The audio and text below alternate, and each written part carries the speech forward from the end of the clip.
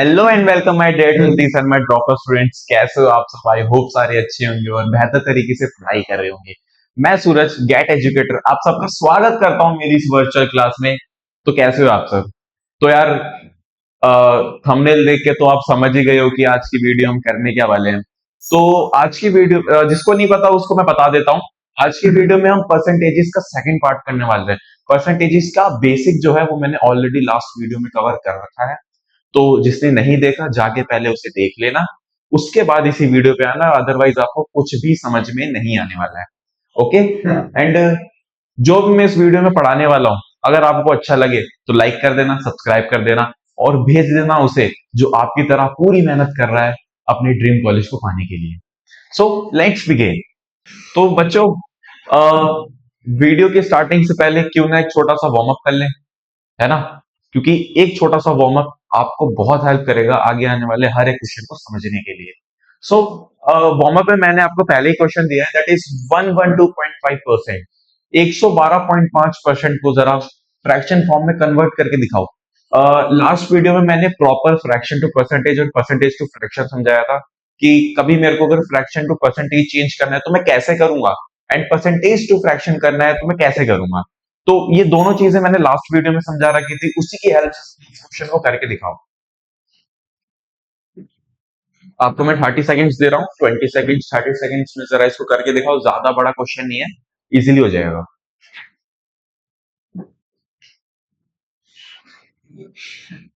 Okay, सी।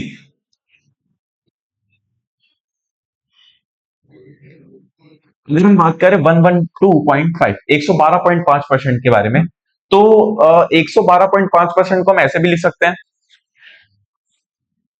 100% plus 12.5%। हाँ जी sir, बिल्कुल लिख सकते हैं। 100% प्लस 12.5%। मैं लिख सकता हूँ 112.5 को ऐसे। तो हम जानते हैं, देखो, 100% की फ्रैक्शन फॉर्म क्या होती है? 1/1। क्योंकि 100% पूरा होता है, मतलब एक में से पूरा एक आया है आपका। तो ये होता है 100% की फ्रैक्शन फॉर्म। और अगर मैं 12.5% की बात करूं तो 12.5% होता है हमारे इक्वल किसके? 12.5% इज इक्वल्स टू 1/8। ये सब कुछ मैंने लास्ट क्लास में पढ़ा रखा है, तो प्लीज प्लीज प्लीज जाके लास्ट क्लास देख लेना, अदरवाइज इसमें नहीं समझ में आने वाला। 1 + 1/8। अगर मैं इन दोनों फ्रैक्शन को ऐड कर दूं तो मेरा क्या आंसर आने वाला है? That is 9/8। तो 112.5, 112.5 का जो हमारा फ्रैक्शन फॉर्म होगा वो होने वाला है 9/8। आई होप इस वार्म अप वाले क्वेश्चन ये वार्म अप वाला क्वेश्चन आपको समझ में आया होगा और आपको फ्रैक्शन समझ में आ गया होगा कि 112.5 इक्वल होता है 9/8 के। Any doubt? अगर डाउट हो तो नीचे कमेंट कर देना यार, बिल्कुल भी शर्माने वाली बात नहीं है। कहीं आप सोचो कि यार कोई बात नहीं, छोड़ते हैं, नेक्स्ट क्वेश्चन पे जाते हैं। ऐसे करोगे तो पेपर में भी ऐसे आपको क्वेश्चंस को स्किप करना पड़ जाएगा। ओके, क्या पता कौन सा क्वेश्चन कब आ जाए। तो नेक्स्ट क्वेश्चन पे चलते हैं। That is 40% of a number is 2000, then find the number. Do this question. मैं आपको 20 सेकंड्स दे रहा हूं, जरा इस क्वेश्चन को करके दिखो कि अगर किसी नंबर का 40%, अ नंबर, एनी नंबर, उसका 40% आपका 2000 है, तो मेरे को बस ये बताओ कि आखिर वो नंबर कौन सा है। वो नंबर कौन सा है जिसका अगर मैं 40% निकालू तो 2000 आ जाए। Find it. It's a warm up question. कोई हुआ नहीं है कि आपको इसमें रॉकेट साइंस लगाना पड़ेगा, कोई भी इजीली कर लेगा। करो जरा इसको करके दिखाओ।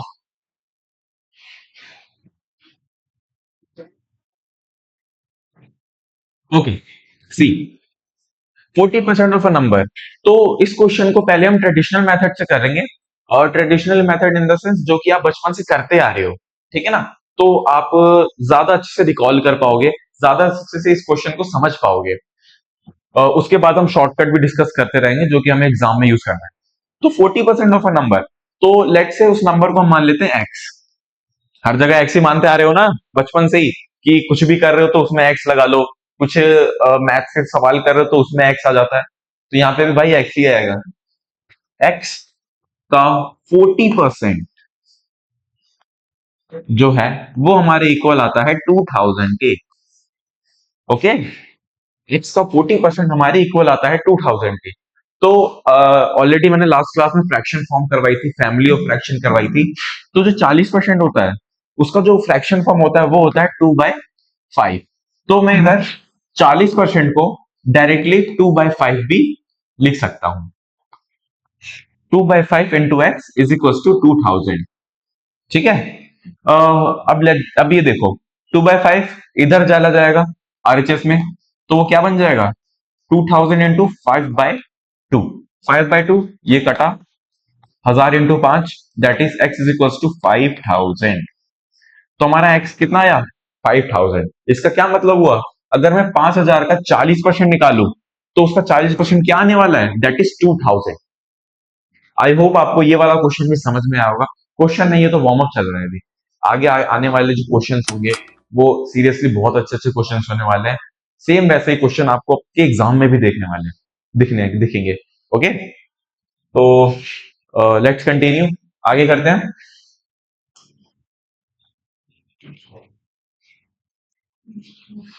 तो यार बच्चों, एक चीज मैं आपको समझाने वाला था, इसी वीडियो में मैं इस टॉपिक को भी कवर करने वाला हूँ।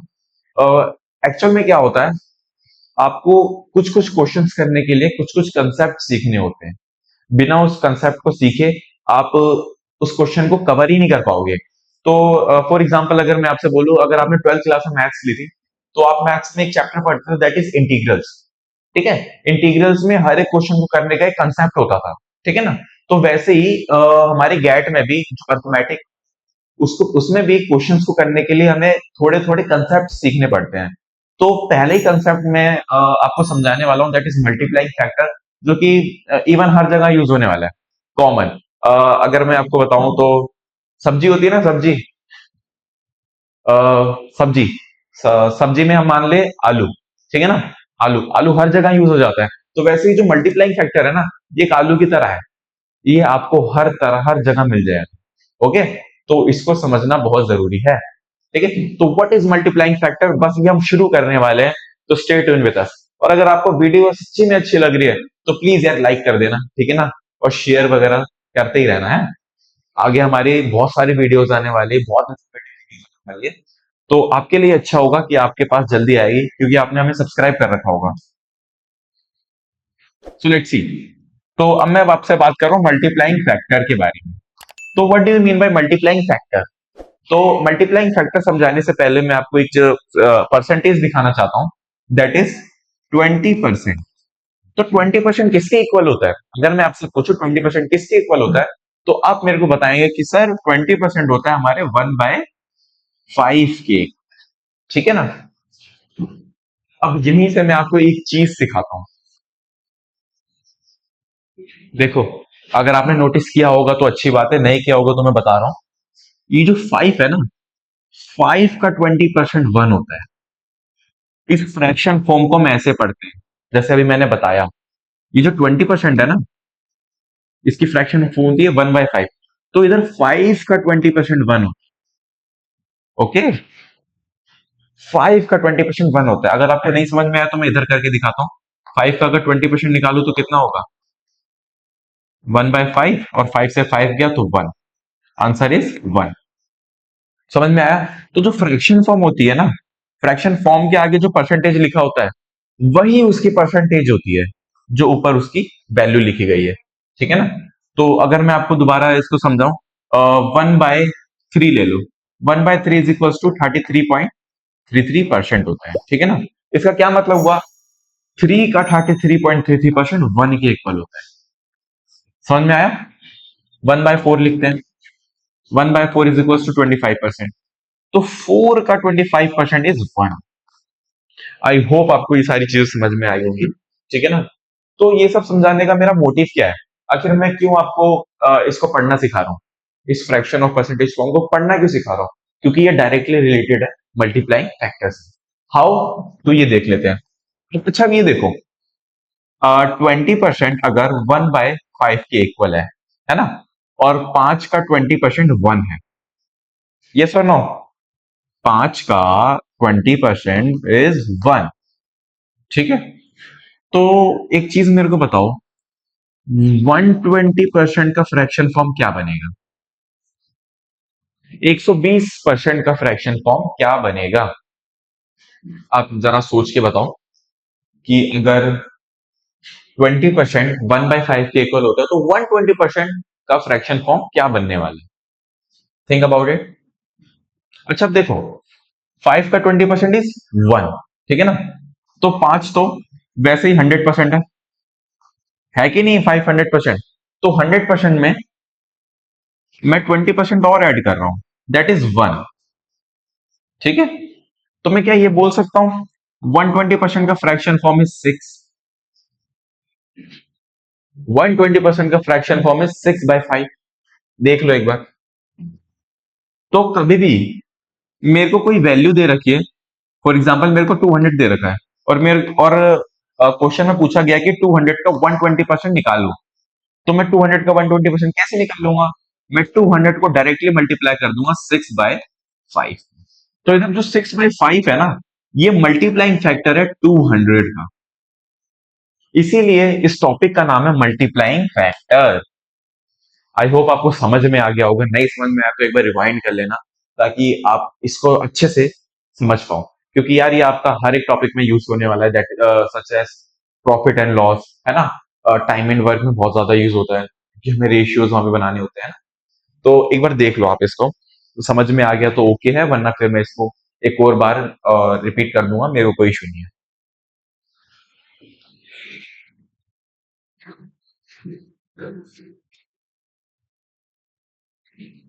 आई होप आपको ये समझ में आ गया होगा मल्टीप्लाइंग फैक्टर। तो अब आगे चलते हैं और मल्टीप्लाइंग फैक्टर का यूज कहाँ कहाँ होता है, इसको देख लेते हैं, ठीक है? देखो, अगर मैं आपको एक क्वेश्चन दूं, इंक्रीज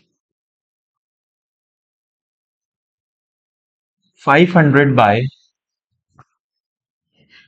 20%, 500 को 20% से बढ़ाओ।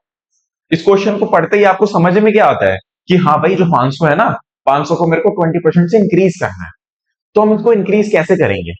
सोचो, मतलब मेरे को 500 को 100% से बढ़ा के 120% कर देना है, क्योंकि जब 20% इंक्रीमेंट हो रहा है तो 100 से 120% ही तो बन जाएगा ना। तो सोचो कैसे होगा ये सवाल। 500 को मेरे को 20% बढ़ा देना है, मतलब 500 की वैल्यू को 20% इंक्रीज कर देना है, कैसे करेंगे? तो इसको करने के लिए हम ज्यादा दिमाग नहीं लगाएंगे, डायरेक्ट 500 जो है हमारी 100% वैल्यू है, अब मैं 100% वैल्यू में 20% इंक्रीमेंट कर रहा हूं, मतलब जो रिजल्टिंग वैल्यू होगी वो होगी 120%। होगी या नहीं? हाँ या ना? जो रिजल्टिंग वैल्यू है वो 120% होगी या नहीं? अब ये जो 120% है, इस 120% को मैं और कैसे लिख सकता हूं? इस 120% को मैं लिख सकता हूं 6/5 की फॉर्म में, ठीक है ना? तो ये 6/5 है। अब ये 6/5 बन गया है 500 का मल्टीप्लीकेटिंग फैक्टर। तो जब मेरे को 500 को डायरेक्ट 20% बढ़ाना है, तो मैं डायरेक्ट 500 को मल्टीप्लाई कर दूंगा 6/5 से, और जब मैं इसको 6/5 से मल्टीप्लाई करूंगा तो हमारी क्या वैल्यू आएगी? That is 600। ओके, ये होता है यूज ऑफ मल्टीप्लाइंग फैक्टर, अपना टाइम बचाने के लिए और एक्यूरेसी लाने के लिए हम इस मल्टीप्लीकेटिंग फैक्टर का यूज करते हैं। फॉर एग्जाम्पल, अगर हम इसको ट्रेडिशनल मेथड से करना चाहें तो हम इसको कैसे करेंगे, वो भी एक बार मैं आपको समझा दे दूं। देखो, अब एक्चुअल में क्या होता है, ये रहा 500, जो वैल्यू है इसकी पूरी 100%। अब मेरे को इसको बढ़ाना है 20% से, तो मैं क्या करूंगा? 500 को 500 का पहले 20% निकालूंगा, क्या कि 20% होता क्या, होता कितना है, ठीक है? सॉरी, 500 का 20% होता कितना है?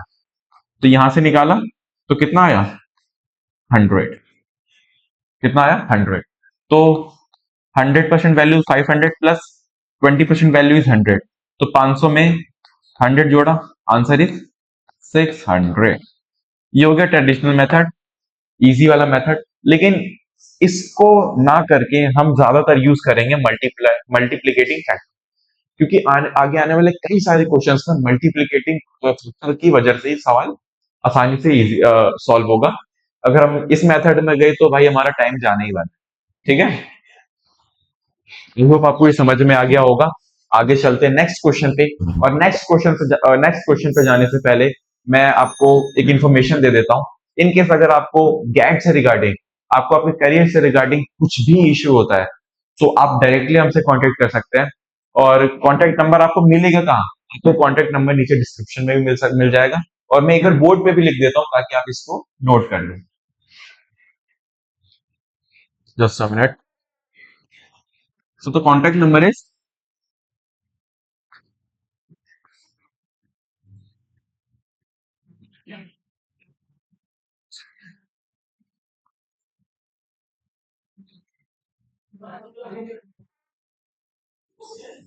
तो this is our contact number. आप हमारी टीम से कांटेक्ट कर सकते हैं।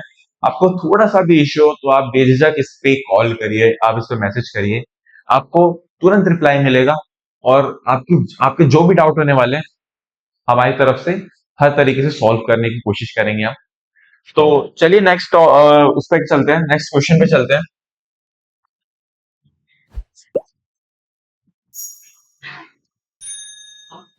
आई होप आपको मल्टीप्लिकेटिंग फैक्टर तो समझ में ही आ गया होगा यार।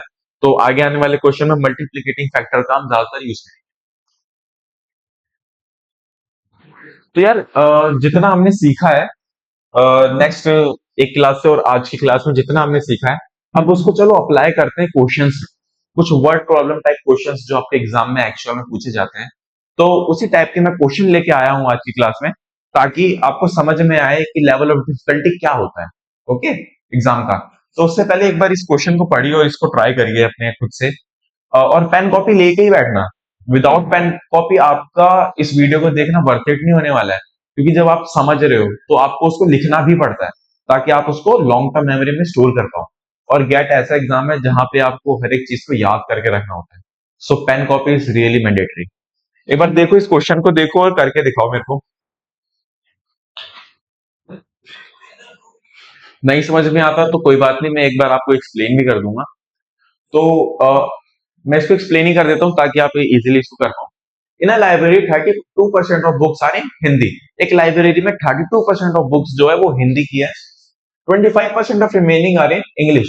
ये देखो, लाइब्रेरी में फॉर एग्जाम्पल 100% बुक है। 100% बुक्स में से 32% बुक्स आपकी हिंदी की हो गई। तो जो बची हुई बुक्स हैं, दैट इज कितनी?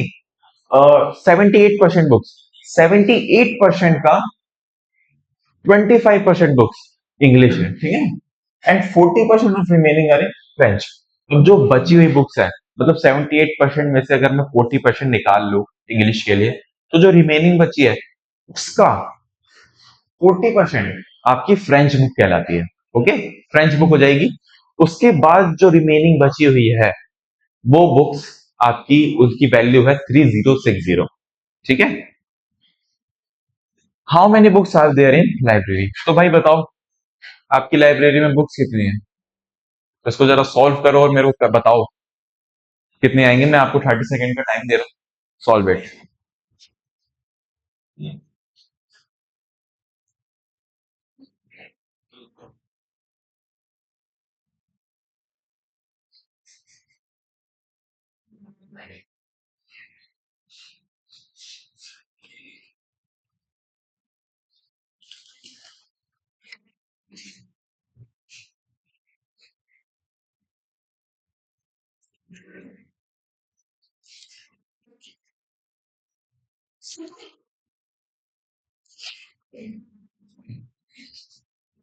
तो भाई हुआ सॉल्व?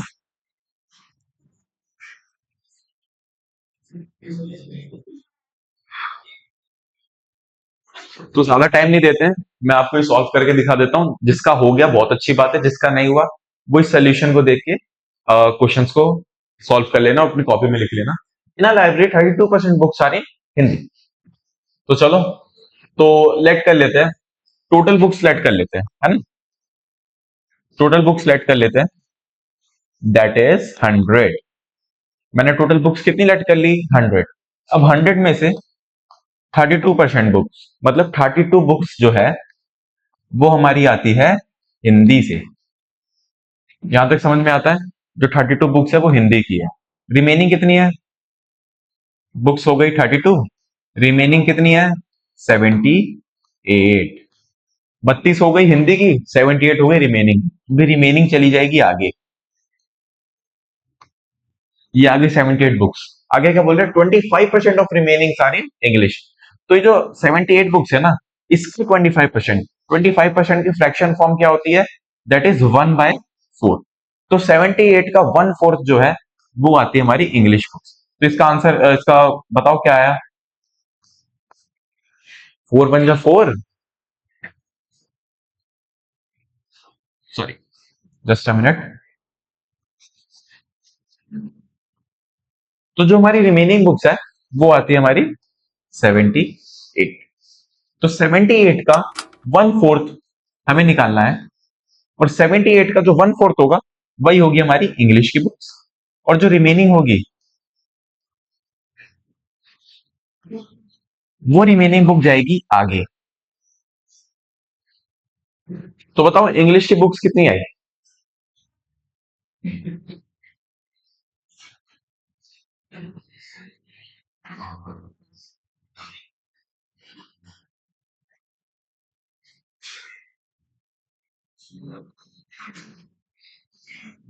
सॉरी, क्वेश्चन कोई गलत कर दिया।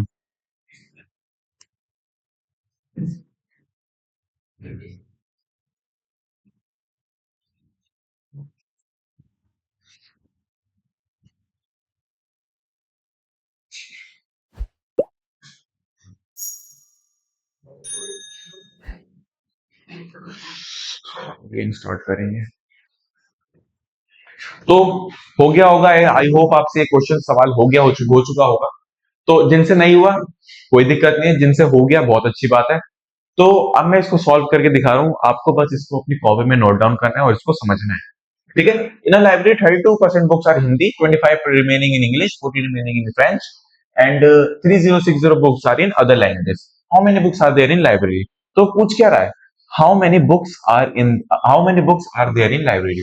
तो जो क्वांटिटी हमसे पूछी जाती है, तो उस क्वांटिटी को हम क्या करते हैं, लेट करते हैं। तो ये मैं आपको ट्रिक दे रहा हूं कि आपके पास कोई सा भी बड़े से बड़ा सवाल आ जाए, उसमें जो हमसे पूछा जाता है ना, हम उसको लेट कर लेते हैं पहले।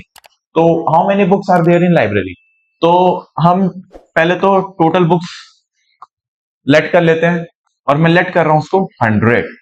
Total books are 100। ये देखो, 32% बुक्स आर इन हिंदी, तो इन टोटल बुक्स में से 32% बुक्स जो है वो हिंदी की है। तो 32% ऑफ 100 कितना हुआ, 32। तो इस 32 बुक्स जो है वो है हिंदी की। रिमेनिंग बुक्स कितनी बची, रिमेनिंग बची 68। अभी रिमेनिंग बुक्स जाएगी आगे। ठीक है ना। ये आगे क्यों जा रही है, क्योंकि क्वेश्चन भी आगे ही जा रहा है। 25% ऑफ रिमेनिंग आ रही है इंग्लिश। अभी जो रिमेनिंग बुक है ना, इसका 25% अगर मैं निकालू, तो वो 25% बुक्स होंगी इंग्लिश की।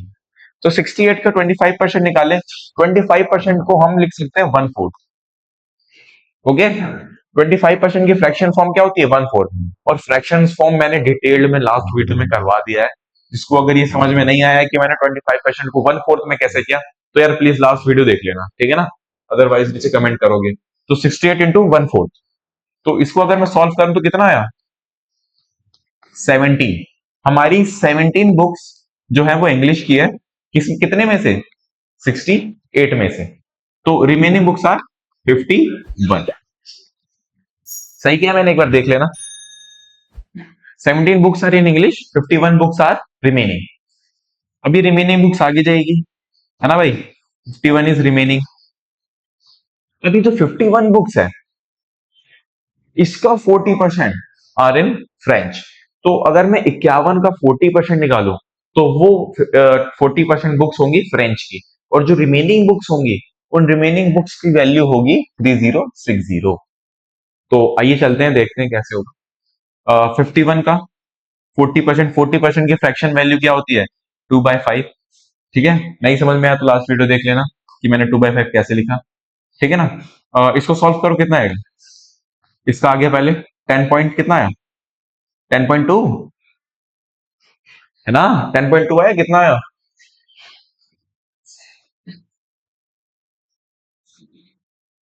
10.2 आया। 10.2 को हम किससे मल्टीप्लाई कर देंगे, 2 से। ठीक है। तो जो आंसर आएगा हमारा रिजल्टिंग, वो रिजल्टिंग आंसर जो है, वो रिजल्टिंग आंसर है फ्रेंच की बुक्स। ठीक है ना। तो हमारा रिजल्टिंग आंसर आएगा 20.4। ओके, हमारा रिजल्टिंग आंसर आएगा 20.4। तो जो हमारी फ्रेंच की बुक्स है उसकी क्वांटिटी है 20.4। अब रिमेनिंग कितनी बची? रिमेनिंग हमारी बची 30.6। ठीक है ना? और इस 30.6 की जो वैल्यू दे रखी है वो वैल्यू दे रखी है 3060। आई होप आपको ये समझ में आ चुका होगा कि जो हमारी रिमेनिंग वैल्यू है उसकी एग्जैक्ट वैल्यू दे रखी है, दैट इज 3060 बुक्स। अब 30.6 3060 के इक्वल है, तो 1 की वैल्यू कितनी आएगी? तो उसके लिए हम 3060 को डिवाइड कर देंगे 30.6 से, तो ये हमारा आंसर आ जाएगा। Our answer is 10। तो हमारी एक की वैल्यू 10 है। अगर मेरी एक की वैल्यू 10 है तो मेरी 100 की वैल्यू कितनी होगी? तो हमारी टोटल बुक्स जिसको हमने 100 लेट किया है उस 100 को मल्टीप्लाई कर देंगे 10 से, दैट इज सॉरी, ये 100 आएगा। तो एक की वैल्यू मेरी 100 आ रही है, तो 100 को हम 100 से मल्टीप्लाई कर देंगे ताकि हमें एग्जैक्ट वैल्यू पता चले कि हमारी टोटल बुक्स कितनी क्वांटिटी में है। तो the answer is 10,000 and here we go, we get the answer that is 8। I hope आपको ये समझ में आ चुका होगा। So let's go upon on the next question that is, हाँ, तो जैसे कि ऑलरेडी मैंने आपको समझाया था कि जो मैंने फर्स्ट वीडियो में समझाया था कि हमारा ये जो परसेंटेज है 4 पार्ट्स में डिवाइडेड है। उसमें से पहले पार्ट का क्वेश्चन मैं आपको करवा चुका हूं, दूसरा पार्ट इज ये आपके सामने है। इस क्वेश्चन को करो, आपको मैं 20 सेकेंड्स का टाइम दे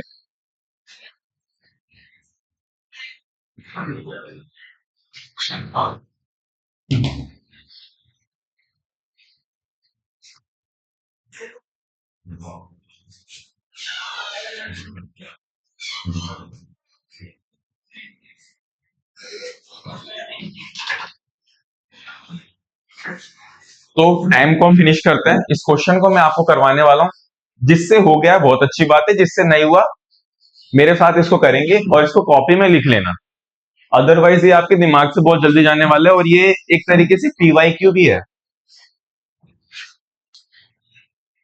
तो इसके लिए हम कलर चूज करेंगे ब्लू वाला। See, due to decrease of 10% in the price of tea per kg, ये लास्ट में करेंगे, ये वाला क्वेश्चन लास्ट में करेंगे।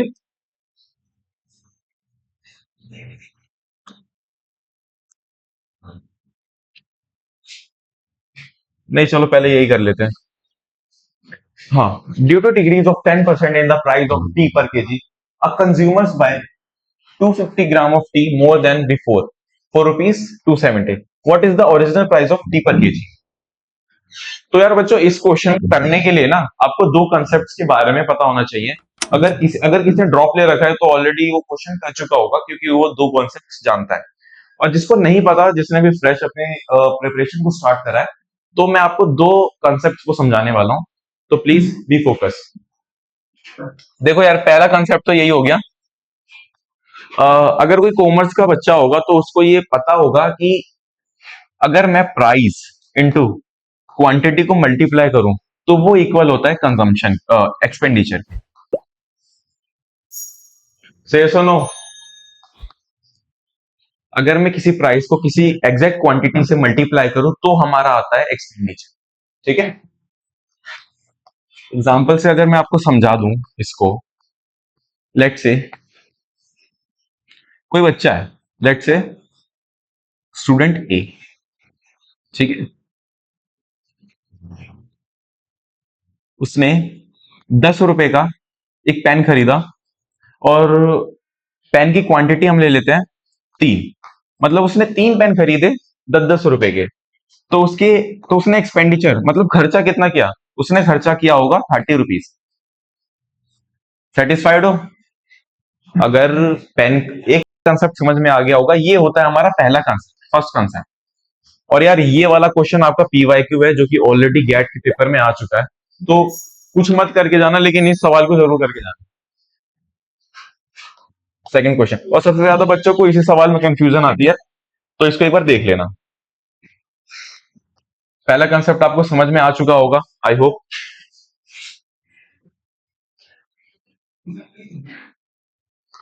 तो इस पहले कंसेप्ट को सीख के सेकंड कंसेप्ट में जो है हमारा क्वेश्चन ही हो जाएगा। तो चलो स्टार्टिंग क्वेश्चन से ही कर देते हैं, क्वेश्चन से ही हम इसकी बिगनिंग कर देते हैं।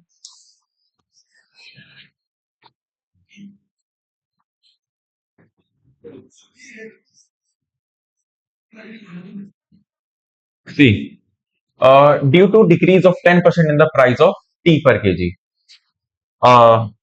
चलो सेकंड कंसेप्ट भी मैं आपको पहले समझा ही देता हूँ। देखो क्या होता है, अगर हमारा एक्सपेंडिचर कांस्टेंट है, क्या बोला मैंने, कांस्टेंट है, मतलब जितना खर्चा मैंने पहले कर रखा है ओल्ड, और जितना खर्चा मैं अभी कर रहा हूँ न्यू, अगर दोनों सिमिलर है तो हमारा जो एक्सपेंडिचर है वो कांस्टेंट होता है। और इस केस में जो हमारा प्राइस और क्वांटिटी होती है वो डायरेक्टली प्रोपोर्शनल होती है। सॉरी, डायरेक्टली नहीं, इनवर्सली प्रोपोर्शनल होती है। मतलब जितने से मेरा प्राइस बढ़ेगा उतने से मेरी क्वांटिटी घटेगी। अगर मेरा प्राइस 10% से बढ़ रहा है तो मेरी क्वांटिटी 10% से घट जाएगी। ठीक है। हाँ, तो आई होप आपको ये समझ में आ चुका होगा सेकंड कंसेप्ट भी। अब इन दो कंसेप्ट को अपने दिमाग में रखना, क्योंकि इन दो कंसेप्ट के यूज से हम इस क्वेश्चन को करेंगे। ठीक है। इसका मैं फिर ट्रेडिशनल मेथड भी बता दूंगा जो बच्चे करते हैं, फिर उसमें आपको 10-20 मिनट लगेगा, उतने में आपका पेपर भी खत्म हो जाएगा।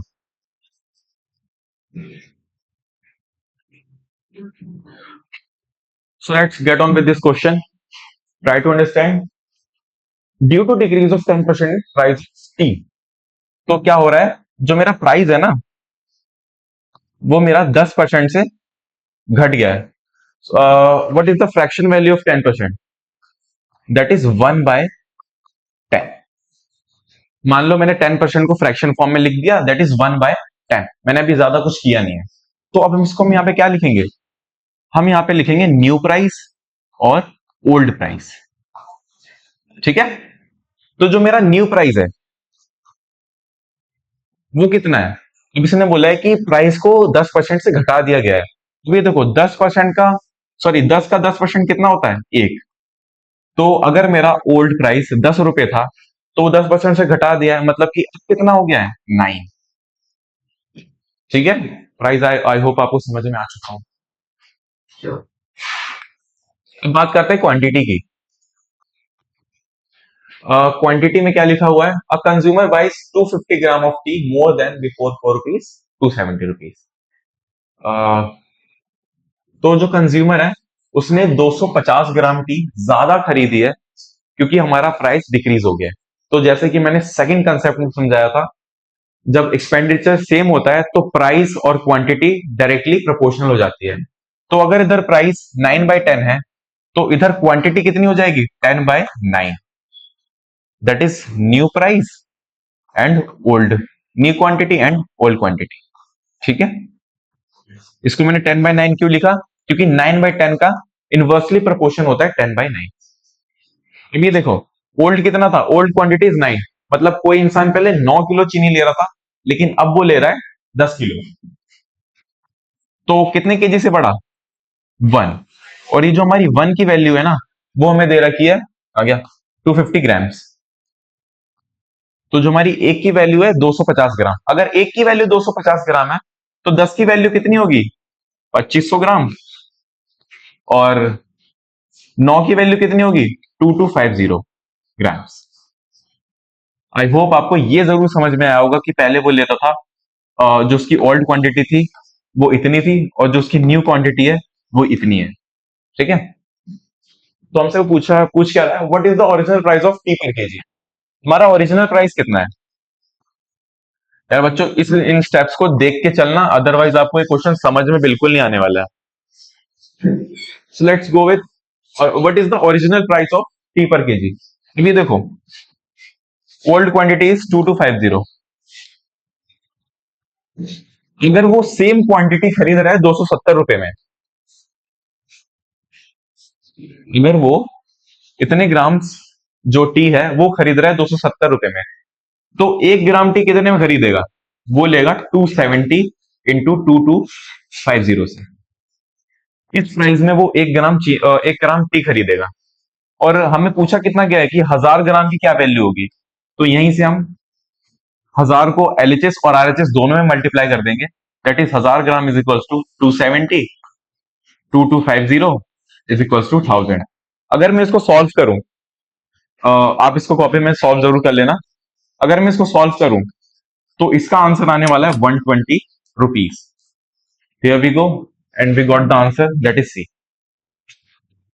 आई होप आपको इस क्वेश्चन में कोई दिक्कत नहीं होगी, और ये क्वेश्चन आपका पीवाईक्यू है तो इसको ध्यान से कर लेना। अगर समझ में नहीं आया तो इसको रिवाइंड कर लेना।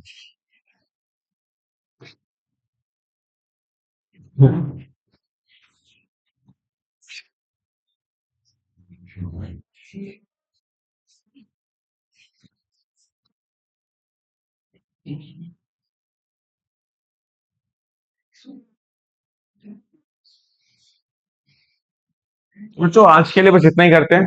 आज के वीडियो में हमने दो इंपॉर्टेंट क्वेश्चंस किए, और नेक्स्ट वीडियो जो हमारी आने वाली है उसमें मैं आपको 3 मोर क्वेश्चंस करवाऊंगा पीवाईक्यू की फॉर्म में, जिससे आपको ये समझ में आ जाएगा कि आपकी लेवल ऑफ डिफिकल्टी कहाँ पे और आप कितने पानी में। तो आज के लिए बस इतना ही करते हैं। स्टे ट्यून्ड, मिलते हैं नेक्स्ट क्लास में। Bye bye.